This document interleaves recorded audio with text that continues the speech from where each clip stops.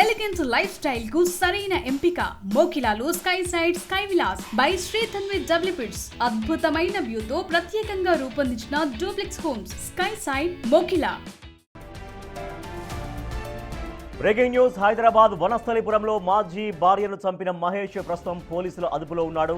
హత్యకు సంబంధించిన కారణాలను తెలుసుకునేందుకు పోలీసులు రాత్రంతా మహేష్ను విచారించారు. వైద్య పరీక్షల అనంతరం నిందితుడిని కోర్టులో హాజరుపరచనున్నారు. కోర్టు ఆదేశాల మేరకు మహేష్ను రిమాండ్కు తరలించనున్నారు. మాజీ భార్య పెట్టిన కేసుల కారణంగా తిరిగి కెనడా వెళ్ళలేకపోవడం, ఆమె రెండో పెళ్లి చేసుకొని సంతోషంగా ఉండడంతోనే మహేష్ ఈ దారుణానికి పాల్పడినట్లు తెలుస్తోంది.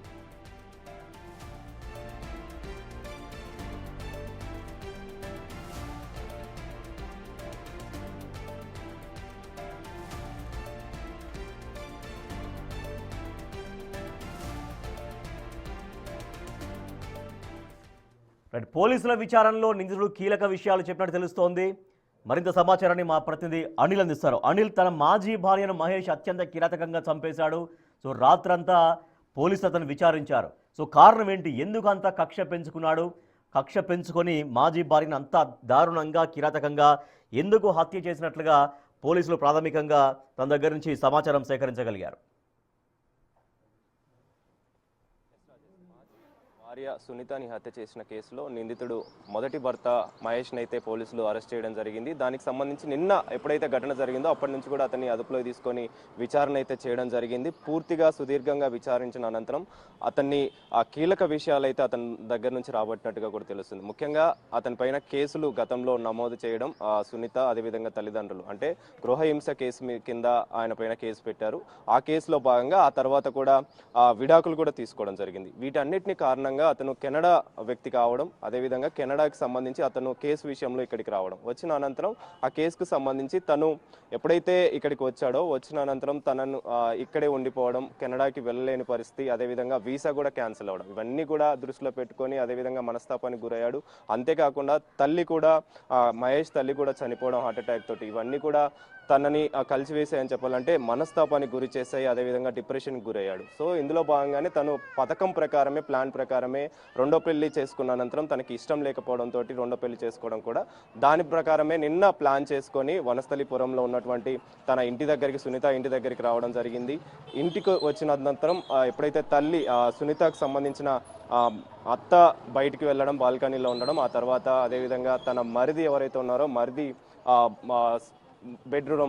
మరొక బెడ్రూమ్లో ఉండడం, ఇవన్నీ కూడా దృష్టిలో పెట్టుకొని వెంటనే అతను లోపలికి వెళ్ళి సునీతని మరొక బెడ్రూమ్లోకి తీసుకెళ్లడం జరిగింది. అత్యంత దారుణంగా అతను అత్యంత కిరాతకంగా హత్య చేశాడు. అయితే ఇందులో భాగంగానే దానికి సంబంధించి వివరాలు అయితే సేకరించడం జరిగింది. ఈ రోజు తనని వైద్య పరీక్షల నిమిత్తం హాస్పిటల్కి అయితే తరలిస్తారు.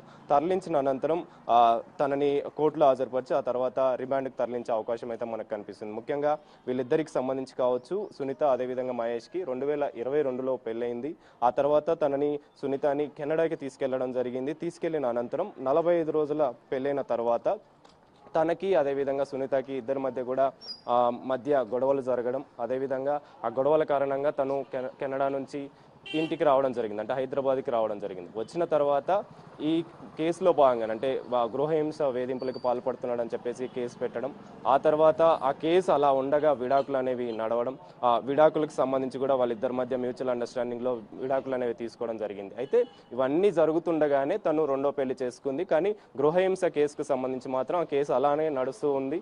ఆ కేసుల కారణంగా తను వీసా క్యాన్సిల్ అవ్వడం, అదేవిధంగా వీసా క్యాన్సిల్ అయిన తర్వాత తను కెనడాకి కూడా వెళ్ళలేకపోవడం, ఉద్యోగం కూడా పోగొట్టుకోవడం, ఇవన్నీ జరుగుతుండగానే తల్లి కూడా హార్ట్ అటాక్తో మరణించడం జరిగింది. సో ఇవన్నీ బేస్ చేసుకొని తను డిప్రెషన్లోకి వెళ్ళాడు. డిప్రెషన్లోకి వెళ్ళిన తర్వాత ఆ డిప్రెషన్లో భాగంగానే తిను నిన్న పథకం ప్రకారం ప్లాన్ చేసుకొని కత్తులతోటి అదేవిధంగా పెట్రోల్ డబ్బాతోటి రావడం, తన పైన అత్యంత కిరాతకంగా విచక్షణ రహితంగా హత్యకి పాల్పడ్డ అనంతరం వెంటనే తను బాత్రూంలోకి వెళ్ళి లాక్కోవడం జరిగింది. దాక్కున్న అనంతరం పోలీసులు కూడా తనని అదుపులోకి తీసుకున్నారు. తీసుకున్న తర్వాతనే ఈ విషయాలన్నీ కూడా వెలుగులోకి వచ్చాయి. అయితే ఈ రోజు తనని రిమాండ్కి తరలించే అవకాశం అయితే మనకు కనిపిస్తుంది. రిమాండ్కి తరలించే ముందు వైద్య పరీక్షలు నిర్వహిస్తారు. వైద్య పరీక్షలు నిర్వహించి కోర్టులో హాజరుపరుస్తారు. మరి కోర్టులో హాజరుపరిచిన తర్వాత రిమాండ్కి సంబంధించి పూర్తి వివరాలు అయితే మనకు తెలియాల్సిన పరిస్థితి కనిపిస్తుంది. Rajesh. Right, thank you Anil.